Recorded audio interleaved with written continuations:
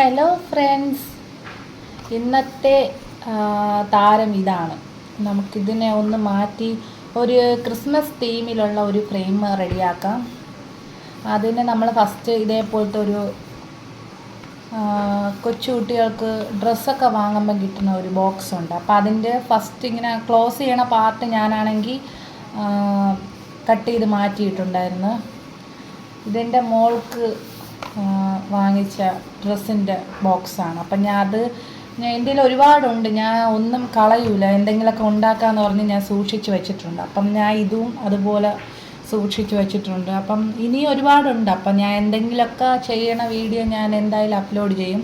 അപ്പോൾ ആദ്യം നമ്മൾ ഈ സൈഡ് പോർഷനൊക്കെ ചാർട്ട് പേപ്പറോ അല്ലെങ്കിൽ A4 സൈസ് പേപ്പറോ അല്ലെങ്കിൽ ഗിഫ്റ്റ് പേപ്പറോ അങ്ങനെ എന്തെങ്കിലും ഐറ്റംസ് വെച്ച് ഒന്ന് സെറ്റാക്കണം.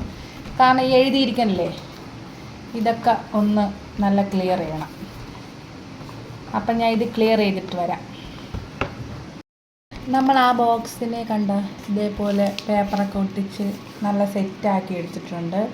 ഇനി ഇതിനകത്താണ് പരിപാടി. അതെന്ന് വെച്ചാൽ നമ്മൾ ഇതിനകത്ത് ഒരു റെഡും വൈറ്റും കൂടെ ആയിട്ടുള്ള ഒരു പാറ്റേണായിട്ടുള്ള ഒരു പെയിൻറ്റിങ് ചെയ്യും. പെയിൻറ്റിങ് എന്ന് പറഞ്ഞാൽ ഒരു പാറ്റേൺ ആയിട്ടുള്ള ഒരു പെയിൻ്റ് അടിക്കും. എന്നിട്ട് ഞാൻ കാണിച്ചു തരാം. ആ ഫ്രെയിം ഇങ്ങനെ ആക്കി എടുത്തിട്ടുണ്ട്. ഇതേപോലെ പെയിൻറ്റ് വൈറ്റും റെഡും ആയിട്ടുള്ള കോമ്പിനേഷനിലാക്കി എടുത്തിട്ടുണ്ട്. ഇനി ഇതിലാണ് അടുത്ത ഒരിത്. നമ്മളിപ്പോൾ ഒരു ചെറിയൊരു ത്രെഡ് വെച്ചിട്ട് ക്രിസ്മസിൻ്റെ ഒരു തീമാണ് ചെയ്യാൻ ഉദ്ദേശിക്കുന്നത്. ഞാൻ അത് കാണിച്ചു തരാം.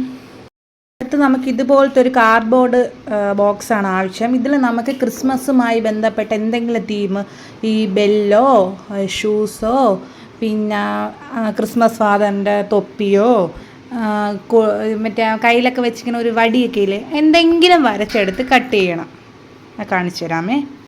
ഇതുപോലെ കാർഡ്ബോർഡ് കഷ്ണത്തിൽ ക്രിസ്മസിൻ്റെ തീമിൽ വന്ന എന്തെങ്കിലും കുറച്ച് ഫോട്ടോസൊക്കെ വരച്ച് ഒട്ടിക്കണം. വരയ്ക്കാനൊന്നും അത്രത്തോളം അറിഞ്ഞൂടെ, എങ്കിലും എന്നെക്കൊണ്ട് പറ്റുന്ന ഫോട്ടോസൊക്കെ ഞാൻ വരച്ച് കട്ട് ചെയ്തെടുക്കുന്നുണ്ട്.